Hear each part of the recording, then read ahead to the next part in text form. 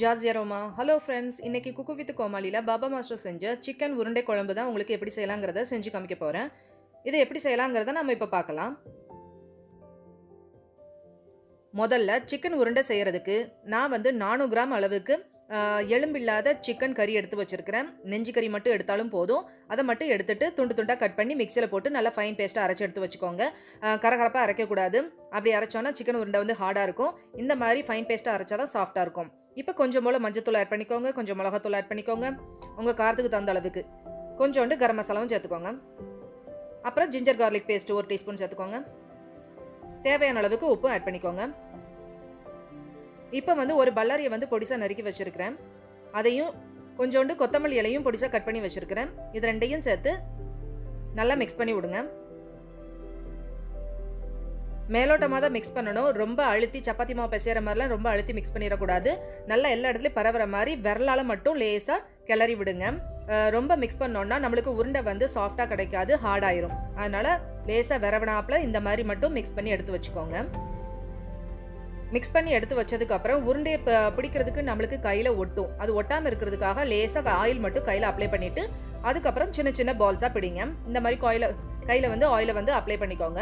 Apply பண்ணிவிட்டு சின்ன சின்ன உருண்டைகளாக உங்களுக்கு தகுந்த அளவுக்கு நம்ம பருப்பு உருண்டெல்லாம் செய்கிறதுக்கு எந்த அளவுக்கு பிடிப்போமோ அதே அளவுக்கு சின்ன சின்ன உருண்டையாக பிடிச்சி எடுத்து வச்சுக்கோங்க.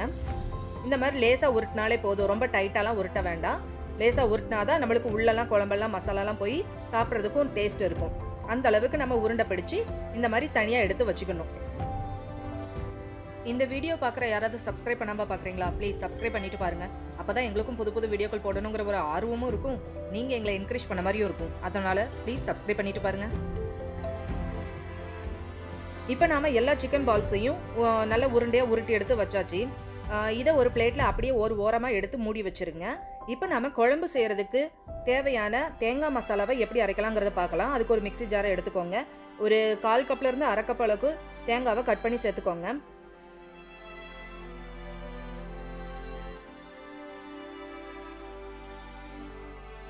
அதோட ஒரு 5-6 முந்திரி பருப்பு, 1 டீஸ்பூன் மிளகு, 1 டீஸ்பூன் சோம்பு, இது எல்லாத்தையும் சேர்த்து மிக்ஸியில் போட்டு நல்லா ஃபைனாக அரைச்சிருங்க.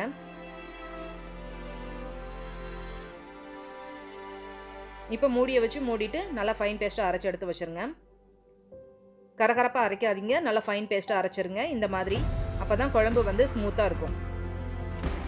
இப்போ அரைச்சி அந்த தேங்காய் மசாலாவை ஒரு ஓரமாக எடுத்து வச்சுருங்க. இப்போ குழம்பு செய்கிறதுக்கு அடுப்பை பற்ற வச்சுட்டு ஒரு கடாயை வைங்க. நான் யூஸ் பண்ணியிருக்கிறது வெங்கல கடாய் தான். இதுக்கான வீடியோ லிங்க்கு கூட நான் உங்களுக்கு டிஸ்கிரிப்ஷன் பாக்ஸில் கொடுக்குறேன், பார்த்து தெரிஞ்சுக்கோங்க. அதுக்கப்புறம் தேவையான அளவுக்கு, அதாவது ஒரு குடிக்கரண்டி அளவுக்கு நல்லெண்ணெய் விடுங்க. அப்புறம் ஜீரகம் சோம்பு போட்டு தாளிச்சுக்கோங்க. சிக்கன் குழம்புல நல்லெண்ணெய் விட்டு செஞ்சால் தான் சிக்கனுக்கு உண்டான அந்த சூடும் குறையும், அதே சமயம் குழம்பும் ரொம்ப ருசியாக இருக்கும். இப்போ வந்து ஒரு பல்லாரியான பொடியாக கட் பண்ணி வச்சுருக்கேன். அதோட கொஞ்சம் கருவேப்பிலை எடுத்து வச்சுருக்கிறேன். 2 பச்சை மிளகா கீரி வச்சுருக்கேன். இது எல்லாத்தையும் ஒன்று போல் சேர்த்துக்கோங்க. 2 நீளமாக நறுக்கின பச்சை மிளகா இந்த மாதிரி குழம்புக்கு சேர்க்கும் போது ஒரு நல்ல டேஸ்ட் கொடுக்கும். அதனால் 2 பச்சை மிளகா சேர்த்துக்கோங்க. பச்சை மிளகா, வெங்காயம், கருவேப்பிலை எல்லாத்தையும் சேர்த்துட்டு நல்லா வதக்கி விடுங்க. வெங்காயம் நம்மளுக்கு சீக்கிரமாக வதங்கணும்னா கொஞ்சம் போல் உப்பு சேர்க்கணும். இப்போ நாம் வந்து ஒரு 1/4 டீஸ்பூன் கம்மியாக உப்பு சேர்த்துக்கோங்க. உப்பு சேர்த்துட்டு நம்ம வதக்கணும்னா வெங்காயமும் சீக்கிரம் வதங்கும். வெங்காயம் சாப்பிட்றதுக்கும் ஒரு நல்ல டேஸ்ட் கொடுக்கும். அதனால் வெங்காயத்தை வதக்கும் போது எப்போவுமே கொஞ்சம் உப்பு சேர்த்து வதக்கிக்கோங்க. நல்லா இது ஓரளவுக்கு 3/4 பதம் அளவுக்கு நல்லா வதங்கணும். நல்லா வதங்கினா தான் இந்த குழம்பு வந்து நல்ல டேஸ்ட் கொடுக்கும். இப்போ வந்து நம்ம இஞ்சி பூண்டு பேஸ்ட்டு ஆட் பண்ணிக்கலாம். இஞ்சி பூண்டு பேஸ்ட்டு சேர்த்துட்டு நல்லா வதக்கி விடணும். இஞ்சி பூண்டோட பச்சை வாசனை போடுற அளவுக்கு நம்ம நல்லா வதக்கி விடணும். இஞ்சி பூண்டோட பச்சை வாசனை போனதுக்கப்புறம் நம்ம கொஞ்சம் மஞ்சத்தூள் ஆட் பண்ணிக்கலாம். உங்களுடைய காரத்துக்கு தகுந்த அளவுக்கு மிளகாத்தூள் ஆட் பண்ணிக்கோங்க. இப்போ நான் குழம்பு மிளகாத்தூள் 1 டேபிள் ஸ்பூன் ஆட் பண்ணியிருக்கிறேன். உங்களுக்கு குழம்பு மிளகாத்தூள் இல்லைன்னாவோ இல்லை ஆட் பண்ண விருப்பம் இல்லைன்னா நீங்கள் தனியாத்தூள் ஆட் பண்ணிக்கலாம். எல்லா மசாலாவையும் போட்டுட்டு நல்லா வதக்கி விடணும். பச்சை வாசனை போகிற அளவுக்கு நல்லா வதக்கி விடணும். நல்லா 1 நிமிஷம் நல்லா வதக்கி விடுங்க. மசாலா வந்து அடி பிடிச்சிடாமல் இருக்கிறதுக்காகவும் கரிகிராமல் இருக்கிறதுக்காகவும் துளியோண்டு நம்ம தண்ணி ஆட் பண்ணிக்கலாம். தண்ணி ஆட் பண்ணிவிட்டு நல்லா வதக்கி விட்டோன்னா அதுலேருந்து எண்ணெய் வந்து ஈஸியாக நம்மளுக்கு ரிலீஸ் ஆகும். அந்த அளவுக்கு நல்லா வதக்கி விடுங்க.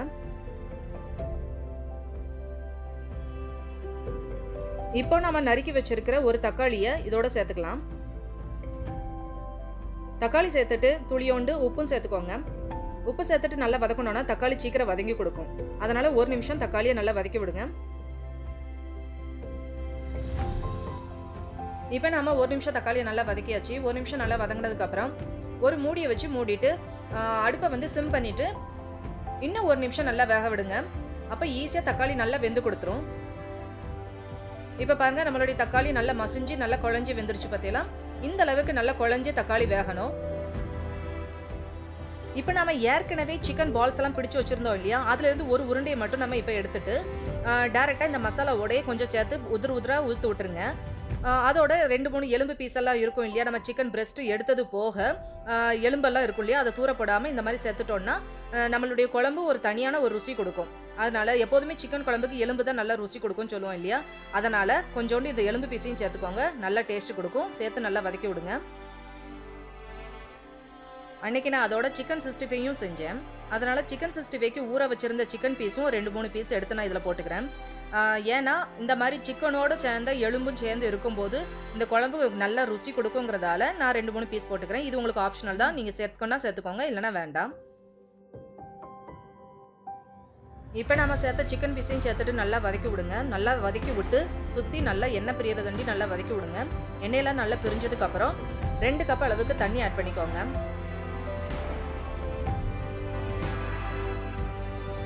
முதல்ல மட்டும் 2 கப் தண்ணி ஆட் பண்ணிக்கோங்க. அதுக்கப்புறம் பின்னாடி தேவைன்னா திரும்ப ஆட் பண்ணிக்கலாம். இப்போ தண்ணி ஆட் பண்ணிட்டு நல்லா கலந்து விடுங்க. இப்போ தேவையான அளவுக்கு தனியாத்தூள் ஆட் பண்ணிக்கோங்க. நான் ஒரு 1.5 டேபிள் ஸ்பூன் அளவுக்கு ஆட் பண்ணியிருக்கிறேன். கொஞ்சம் தேவையான அளவுக்கு உப்பு ஆட் பண்ணிக்கோங்க. கொஞ்சோண்டு கரம் மசாலா தூள் ஆட் பண்ணிக்கோங்க. இப்போ நல்லா மசாலாலாம் ஒன்று சேர மாதிரி நல்லா கலந்து விட்டுருங்க.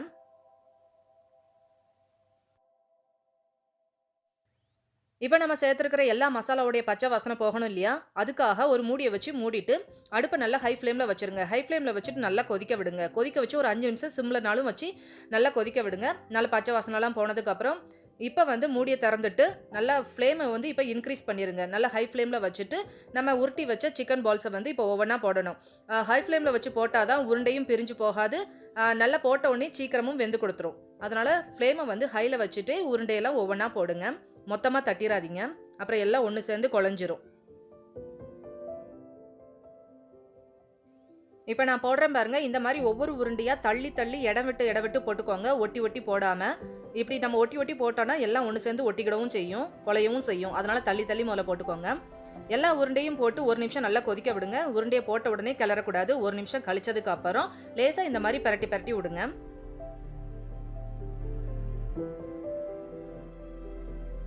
இப்போ நாம் எல்லா பால்ஸும் திருப்பி விட்டாச்சு. நல்லா திருப்பி விட்டதுக்கப்புறம் இந்த பால்ஸ் எல்லாம் நல்லா வேகணும் இல்லையா, அதனால ஒரு மூடியை வச்சு இப்போ மூடிடுங்க.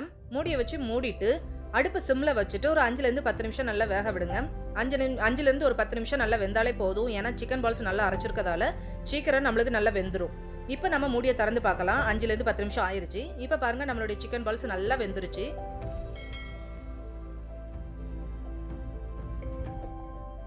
இப்போ பாருங்க, நம்மளுடைய உருண்டையெல்லாம் எப்படி நல்லா மிதந்து கொடுக்க பார்த்தீங்களா. மிதந்து கொடுத்தாலே நம்மளுடைய சிக்கன் பால்ஸ் எல்லாம் நல்லா வெந்துருச்சுன்னு அர்த்தம்.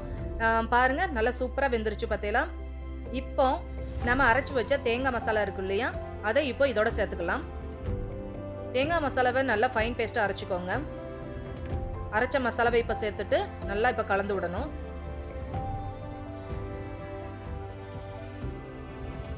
இப்போ கரண்டியை வச்சு நல்லா மிக்ஸ் பண்ணி விடுங்க. அடி பிடிக்காத மாதிரி பார்த்துக்கோங்க. இப்போ நம்மளுடைய தேங்காய் மசாலாலாம் குழம்போட நல்லா கலந்து விட்டாச்சு. இப்போ வந்து இந்த தேங்காய் மசாலோடைய பச்சை வாசனை போகிறதுக்காக அடுப்பை வந்து ஹை ஃப்ளேமில் வச்சுட்டு ஒரு மூடியை வச்சு மூடிடுங்க. மூடியை வச்சு மூடிட்டு நல்லா ஒரு 5 நிமிஷம் கொதிக்க விடுங்க. 5 நிமிஷம் கொதிச்சாலே போதும், தேங்காவுடைய பச்சை வாசனைலாம் போயிடும். இப்போ 5 நிமிஷம் ஆயாச்சு. 5 நிமிஷம் ஆனதுக்கப்புறம் நம்ம பொடிசா நறுக்கி வச்ச கொத்தமல்லி இலை தூவிக்கோங்க. இப்போ பாருங்க, நம்மளுடைய குழம்பு வந்து எவ்வளோ சூப்பராக அழகாக ரெடி ஆயிடுச்சு பார்த்தீங்களா. குக்கு வித் கோமாளியில் பாபா பாஸ்கர் செஞ்ச சிக்கன் உருண்டை குழம்பு, சிக்கன் கோலா கறி எதுனாலும் சொல்லலாம். சூப்பரான சிக்கன் உருண்டை குழம்பு வந்து இப்போ சூப்பராக சாப்பிட்றதுக்கு ரெடி ஆயிடுச்சு. இந்த ரெசிபி பிடிச்சிருந்துச்சுன்னா கண்டிப்பாக நீங்கள் உங்கள் வீட்டில் செஞ்சு பாருங்கள். அப்புறம் எப்படி வந்துச்சுங்கிறத எனக்கு கமெண்ட் பண்ணி சொல்லுங்கள். இந்த வீடியோ பிடிச்சிருந்துச்சுன்னா கண்டிப்பாக உங்கள் ஃப்ரெண்ட்ஸுக்கு ஷேர் பண்ணுங்கள், லைக் பண்ணுங்கள், கமெண்ட் பண்ணுங்கள், சப்ஸ்கிரைப் பண்ண மறந்துடாதீங்க. உங்களை நெக்ஸ்ட் வீடியோவில் சந்திக்கும் வரை பாய் அண்ட் தேங்க்யூ.